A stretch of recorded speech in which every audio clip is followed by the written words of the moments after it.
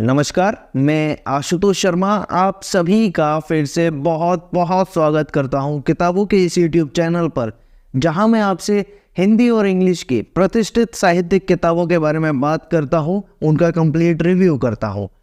आज मैं आपसे बात करूंगा छायावाद की सुप्रसिद्ध साहित्यकार और संस्मरणात्मक रेखा चित्रकार के रूप में हिंदी साहित्य जगत में अपनी एक अलग पहचान बनाने वाली महादेवी वर्मा जी द्वारा लिखा गया उनके संस्मरण का पहला दस्तावेज अतीत के चलचित्र किताब के बारे में।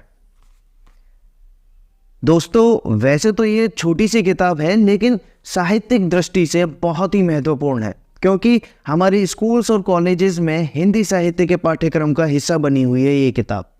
इसलिए इस किताब का रिव्यू मैंने इस प्रकार तैयार किया है कि ये वीडियो स्टूडेंट्स और नॉर्मल रीडर्स दोनों के लिए बहुत ही ज़्यादा उपयोगी रह सकेगी। तो चलिए बिना देर किए शुरू करते हैं और जानते हैं इस किताब से संबंधित सभी तथ्यों के बारे में।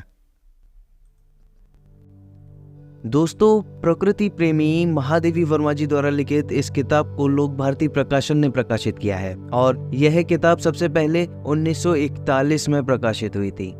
यह मात्र 100 पेजेस की किताब है, जिसकी प्रिंटेड रेट 150 रुपये है और मैंने ये किताब ऑफलाइन स्टोर से कुछ 100 रुपये में खरीदी थी। और जिन भी ऑनलाइन स्टोर्स पर यह किताब अवेलेबल है, उनके लिंक मैंने डिस्क्रिप्शन बॉक्स में दे दिए हैं, आप चेक कर सकते हैं। सामान्य रूप से देखा जाए तो यह किताब एक कहानी संग्रह है, लेकिन साहित्यिक रूप से यह किताब ना तो कोई कहानी संग्रह है, ना उपन्यास है और ना ही कोई जीवनी, बल्कि महादेवी वर्मा से समय समय पर परिचित हुए उन व्यक्तियों के संस्मरण अर्थात यादों के रेखाचित्र हैं, जिनके जीवन के प्रति असीम श्रद्धा और निस्वार्थ प्रेम ने महादेवी वर्मा के जीवन पर अमिट छाप छोड़ी।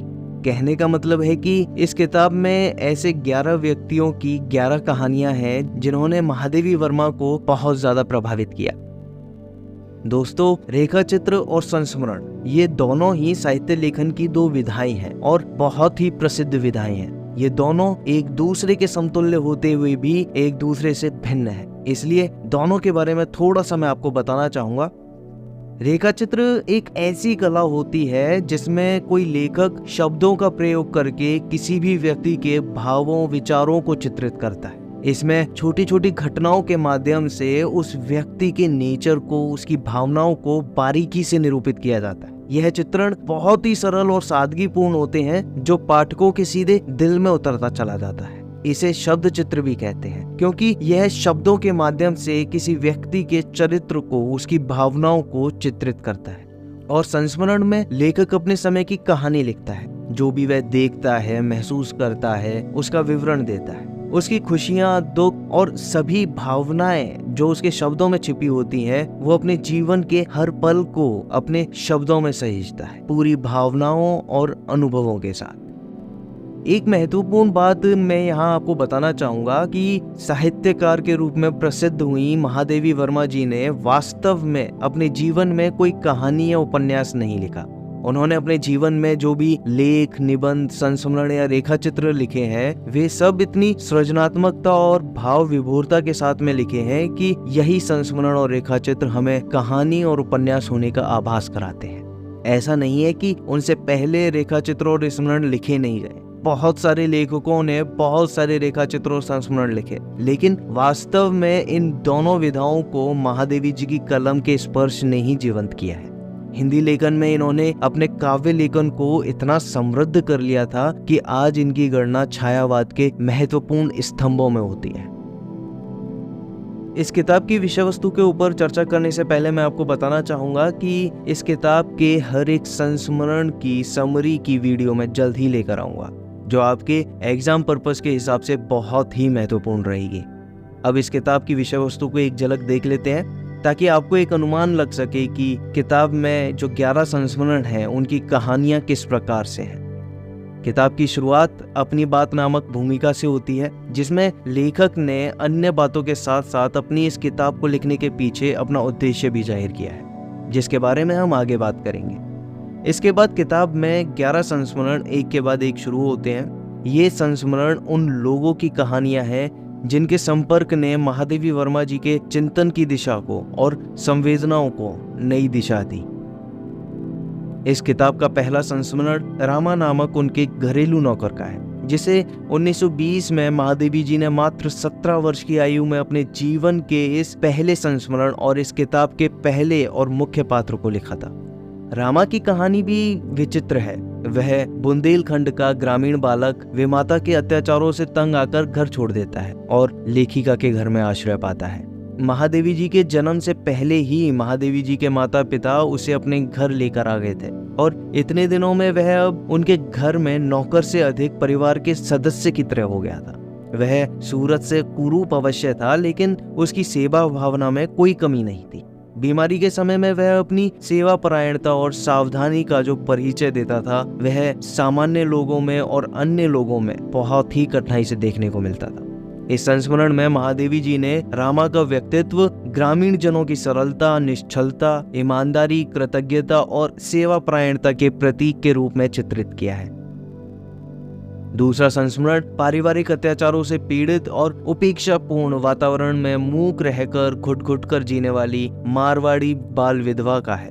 इस संस्मरण को लेखिका ने 1933 में लिखा था। यह कहानी रामा की ही भांति उनके बचपन से है।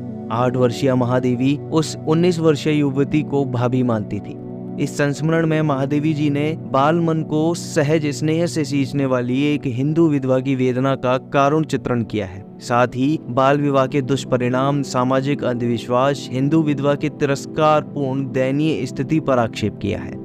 परिवार के सदस्य भाभी के साथ अमानवीय व्यवहार, क्रूर और बर्बरतापूर्ण व्यवहार करते थे, पर वह अपनी नियति के कारण शांत भाव से सब कुछ सहती थी। प्रतिबंधित जीवन जीने वाली उस अबोध युवती ने एक दिन सब कुछ भूलकर महादेवी जी द्वारा लाई हुई उस हरी चुन्नी को माथे पर धारण कर लिया और उसके बाद ससुर और उसकी ननद ने उसे इतना प्रताड़ित किया, इतनी यातनाएं दी कि वह तन के साथ मन से भी बेसुध हो गई। इस कहानी में आपको यह भी जानने को मिलेगा कि क्यों महादेवी वर्मा को रंगीन कपड़ों से विरक्ति हो गई।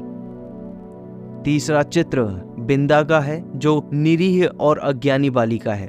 उसकी स्थिति पिंजड़े में कैद चिड़िया की भांति होती है। वह सौतेली माँ के अत्याचारों और क्रूरता का शिकार होकर हमेशा हमेशा के लिए मुक्ति पा जाती है। इस रेखा चित्र में महादेवी जी ने सौतेली माँ के अत्याचारों का एक जीता जागता चित्र प्रस्तुत किया है। सौतेली माँ अपनी मृत सौत की संतान पर कैसे कैसे अत्याचार कर सकती है, उसे कारण अकारण कैसी कैसी यातनाएं दे सकती है, इसे जानने के लिए यह रेखा चित्र काफी है। चौथा संस्मरण सबिया का है, जो निम्न वर्ग का प्रतीक है। वह दुखी और अनपढ़ होते हुए भी त्याग की प्रत्यक्ष प्रतिमा है। वह अपने पति की निष्ठुरता को निरंतर सहन करती हुई सदा उसकी सेवा में ही रत रहती है। वास्तव में सबिया एक ऐसी नारी है जो अपनी अयोग्यता में भी मानव के महान गुणों को छिपाए रखती है और कभी भी उन पर गर्व नहीं करती। वह अपने आचरण और स्वभाव से पौराणिक सती साध्वियों के आदर्श से होड़ लेती है। अगले संस्मरणात्मक रेखा चित्र में बाल विधवा बिट्टो की कारुण गाथा का जीवंत चित्रण किया है। बिट्टो एक ऐसी बाल विधवा थी जिसे 35 वर्ष तक वैधव्य का दुख भोगकर अंत में घर वालों के अत्याचारों से बाध्य होकर मजबूरन एक 54 वर्ष के वृद्ध के साथ पत्नी बनना स्वीकार करना पड़ता है और कुछ वर्ष बाद ही पुनः विधवा भी हो जाना पड़ता है। उसके बाद उसे न मायके वालों ने अपनाया और न ससुराल वालों ने। महादेवी जी से बिट्टो की मुलाकात नैनीताल में उनके नैनीताल भ्रमण के दौरान हुई थी, जहां बिट्टो ने अपने जीवन की सारी करुण कथा को महादेवी जी को सुनाया था। यह रेखा चित्र 18 वर्षीय एक लड़की का है, जो 11 वर्ष की उम्र में विधवा होकर एक अवांछित बच्चे की मां बनने वाली होती है। इस रेखा चित्र में महादेवी जी ने उस अबोध विधवा बालिका के अभिशप्त जीवन की करुणामयी झांकी प्रस्तुत की है। बिट्टो संस्मरण की ही भांति यह संस्मरण भी 1935 में कलमबद्ध किया गया था। 7वां रेखा चित्र घीसा नामक एक ऐसे बालक का है जिसके ज्ञान पिपासा, अटूट साधना, निश्चल प्रेम, सहिष्णुता, कर्तव्य परायणता और अगाध गुरु भक्ति ने महादेवी के हृदय में कोना पा लिया था। यह रेखा चित्र समाज द्वारा उपेक्षित, संकोचित तथा विनम्र बालक और महादेवी के मध्य ममता के अटूट बंधन की कहानी को प्रदर्शित करता है। ये 8वां रेखा चित्र एक ऐसी महान स्वाभिमानी पतिव्रता सती नारी की कहानी है जो पति की प्रतिष्ठा और आत्मसम्मान के लिए हर मुसीबत को झेलती है। इस रेखा चित्र में लेखिका ने इस निस्सारता का चित्रण किया है कि अभिजात्य कुल में उत्पन्न पतिता को भी कुलीनता का प्रमाण प्राप्त रहता है, जबकि वैश्या की सती पुत्री भी घृणा के योग्य मानी जाती है। नवा चित्र ममताशील, ईमानदार, अथक परिश्रमी, अद्भुत पुरुषार्थी और मान मर्यादा को ध्यान में रखकर कर्मशील अंधे आलोपी का है, जो दरिद्र होते हुए भी स्वभाव से अत्यंत उदार है। अपनी पत्नी के विश्वासघात का शिकार वह सब्जी बेचने वाला स्वाभिमानी आलोपी अंततः सदा के लिए संसार त्याग देता है। 10वें चित्र में महादेवी जी ने एक ऐसे कुम्हार दंपति के पारस्परिक प्रेम, विश्वास और निर्भरता का बड़ा स्वाभाविक चित्रण किया है। गरीबी से अभिशप्त बदलू अपनी पत्नी की मृत्यु के बाद सच्ची लगन, मेहनत तथा समर्पण के साथ उत्कृष्ट कलाकार बन जाता है। अंतिम चित्र लक्ष्मा नामक एक पहाड़ी युवती का है, जो स्नेह के प्रबल आकर्षण से आपूरित, स्वच्छ हृदय वाली, संकटों से अविचलित रहने वाली, किसी से भी सहायता की उपेक्षा न रखने वाली एक बेमिसाल औरत का है। वह बेमेल विवाह का अभिशाप और परिवार वालों की क्रूरता झेलकर भी खुलकर हंसना जानती है। निडर, निश्चल, कर्मठ तथा अत्यंत ममतामयी लक्ष्मा पर अपने परिवार के भरण पोषण की जिम्मेदारी थी। ससुराल वालों ने जान से मारने की कोशिश की, लेकिन वह बच गई। फिर बुलाने पर कभी ससुराल वापस नहीं गई। महादेवी वर्मा जी ने इस किताब में अपने जीवन के 11 संस्मरणात्मक किस्से पाठकों के सस्ते मनोरंजन के लिए नहीं लिखे हैं, अपितु जिन लोगों के जीवन संघर्षों और विभिन्नताओं को उन्होंने दर्शाया है, वे समष्टि में अगर किसी को भी उनकी स्वयं की छाया की एक झलक भी देखने को प्रेरित करते हैं या कोई अपनी छाया की झलक भी देख पाता है, तो उनका यह किताब लिखना सफल सिद्ध होगा।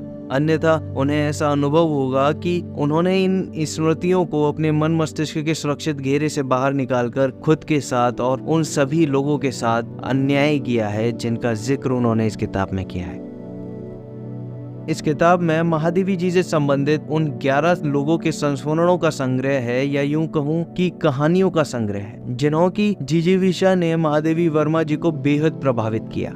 इसमें सबसे उच्च स्थान रामा का है, जो उनका घरेलू नौकर था। प्रत्येक संस्मरण एक अलग पात्र की कहानी है, जो महादेवी जी से अलग अलग समय पर संपर्क में आते हैं। इस किताब में संग्रहित सभी 11 संस्मरणात्मक रेखाचित्र समाज के किसी न किसी दलित, दमित या शोषित वर्ग का प्रतिनिधित्व करते हैं। प्रत्येक भाव को शब्दों की माला में पिरोने में सक्षम महादेवी जी द्वारा रचित इस किताब की सरल सुबोध भाषा में भावों की अभिव्यक्ति सभी को अपनी ओर आकर्षित करने में सफल सिद्ध होती है। ये कहानियां इतनी मार्मिक, संवेदी और रोचक हैं कि एक बार कोई कहानी पढ़ना शुरू कर दे तो वह फिर बीच में उसे नहीं छोड़ सकता। और लेखन शैली इतनी भावात्मक, कारुणिक और यथार्थपरक है कि पात्रों के संवाद, परिस्थितियां और हालात पाठकों को सोचने पर मजबूर कर देते हैं, क्योंकि जिन लोगों के भी संस्मरण इस किताब में मौजूद हैं, वे सभी पात्र हमारे समाज के किसी न किसी ऐसे वर्ग से संबंधित है जो दलित है, शोषित है और बहुत ही ज्यादा पिछड़ा हुआ है। वास्तविक दुनिया की निष्ठुरता और कटुता पर आधारित इन रेखा चित्रों में टीस भी है और मिठास भी। बेरहम, बेपरवाह और स्वार्थी समाज में घुट घुट कर जीने वाले इन मूक नायकों की ये मूक गाथाएं पाठकों के हृदय में स्वतः ही गहरी संवेदना पैदा कर देती हैं। इस किताब की मुख्य विशेषता प्रत्येक संस्मरण के पात्रों का चरित्र चित्रण है और भावों का शब्दों में निरूपण है। कहानी उसी का एक हिस्सा बनकर आगे प्रवाहित होती है। प्रत्येक संस्मरण शुरू होकर कब खत्म हो जाता है पता ही नहीं चलता। प्रत्येक संस्मरण में गंभीर लोक दर्शन उजागर होता चलता है, जो हमारे जीवन की मूल धारा, सांस्कृतिक धारा की ओर इशारा करता है। इस किताब में संकलित सभी रेखा चित्रों की नींव आंसुओं पर आधारित है, जो पाठकों के हृदय में करुणा का संचार करने में पूर्णतः सफल सिद्ध होती है। यह किताब रेखा चित्र और संस्मरण दोनों विधाओं का समन्वित रूप है। इस किताब में संकलित 11 के 11 संस्मरण महादेव जी के अतीत से हैं और पात्रों को इतनी बारीकी से उकेरा गया है कि उनका साक्षात रेखा चित्र खिंच जाता है, जिससे पात्रों के प्रति पाठक के मन में स्वतः ही झुकाव पैदा होने लगता है। यह कहा जा सकता है कि अतीत के चलचित्र संस्मरणात्मक रेखा चित्रात्मक कहानी संग्रह है। छायावादी युग के 4 प्रमुख स्तंभों में से एक महादेवी वर्मा जी ने यह रेखा चित्र या यह किताब उन चरित्रों को श्रेय देने के लिए लिखी है जिनके संपर्क ने महादेवी जी की चिंतन की दिशा और संवेदना को गति प्रदान की। अतीत के चलचित्र इस किताब में वैसे तो सभी पात्र दिल को छू लेने वाले हैं, लेकिन अगर मैं अपनी बात करूं तो मुझे इस किताब में सबसे ज्यादा रामा, घीसा, अलोपी और लक्ष्मा के रेखा चित्र बहुत अच्छे लगे। महादेवी जी की यह रचना दलित तथा दमित समाज की संवेदनाओं पर आधारित है। इसमें सत्य, शांति और सौंदर्य का संदेश है, जो कि अछूतोद्धार की ओर संकेत करता है। यह नई सोच का प्रतीक है जो समाज में जागरूकता फैलाने की ओर इशारा करती है। महादेवी जी ने अपने इन रेखा चित्रों में बहुत से चित्रों को बहुत खास तरीके से दर्शाया है। वे उन चरित्रों की गहराई में जाकर जो सामाजिक रूप से उपेक्षित हैं, उनकी मानवीय भावनाओं को समझने का प्रयास किया है। इन चरित्रों के माध्यम से वह भारतीय समाज की जटिल समस्याओं को गर्त से समझने का प्रयास करती हैं। उन्होंने इस रचना के माध्यम से सामाजिक न्याय, सामाजिक व्यवस्था, पुरानी सोच को चुनौती देने की कोशिश की थी। उनकी कहानियों में ऐसी कई बातें हैं जो हमारे समाज की अवस्था और परंपराओं पर विचार करने पर मजबूर करती हैं। कई बार उन्होंने सामाजिक संरचना और परंपराओं पर इतना व्यापक प्रहार किया कि पाठकों को उसका असर अच्छी तरह से महसूस होता है। आत्मकथात्मक शैली में लिखे गए इन संस्मरणात्मक रेखा चित्रों का प्रत्येक पात्र महादेवी जी के साथ आत्मीय संबंध रखता है, उन्हें अपना समझता है, और महादेवी जी भी स्वयं उन सबका दुख बांटने के लिए हमेशा तैयार रहती हैं, बल्कि जितना हो सके उनकी समस्याओं का समाधान ढूंढने की भी कोशिश करती हैं। प्रत्येक रेखा चित्र जीवन के अनेक आयामों को तो प्रस्तुत करता ही है, साथ ही ये रेखा चित्र महादेवी जी की गहरी संवेदना का प्रतीक भी है।